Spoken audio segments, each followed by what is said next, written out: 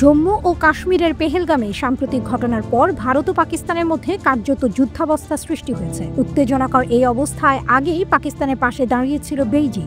এবার দেশটি বলছে সব পরিস্থিতিতে পাকিস্তানের পাশে থাকবে চীন। পাকিস্তানের পাঞ্জাব প্রদেশের রাজধানী লাহোরে নিযুক্ত চীনা কনসাল জেনারেল ঝাও শিরেন একথা বলেন। বৃহস্পতিবার 1 মে এক প্রতিবেদনে এই তথ্য জানিয়েছে পাকিস্তানি সংবাদ মাধ্যম দ্য নিউজ ইন্টারন্যাশনাল।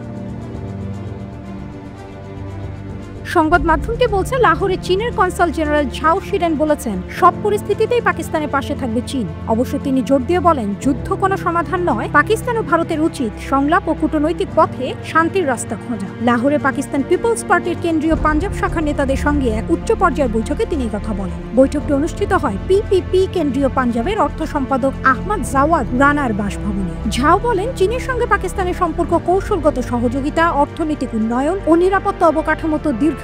তিনি স্পষ্টভাবে জানান, চীন পাকিস্তানের সঙ্গে ছিল, আছে এবং ভবিষ্যতেও থাকবে, বিশেষ করে নিরাপত্তা, কৌশলগত সহযোগিতা এবং অর্থনৈতিক উন্নয়নের ক্ষেত্রে। 2.5 ঘন্টা স্থায়ী এই বৈঠকে জাতীয় ও আঞ্চলিক নানা বিষয় নিয়ে খোলামেলা আলোচনা হয়। ঝাও বলেন, চীন পাকিস্তানের বন্ধুত্বের শিকড় গভীরে গাঁথা। তিনি জানান, প্রত্যেক চীনা নাগরিক পাকিস্তানকে ভালোবাসে এবং পাকিস্তানিরাও চীনকে একই রকম ভালোবাসে ও সম্মান দেখায়।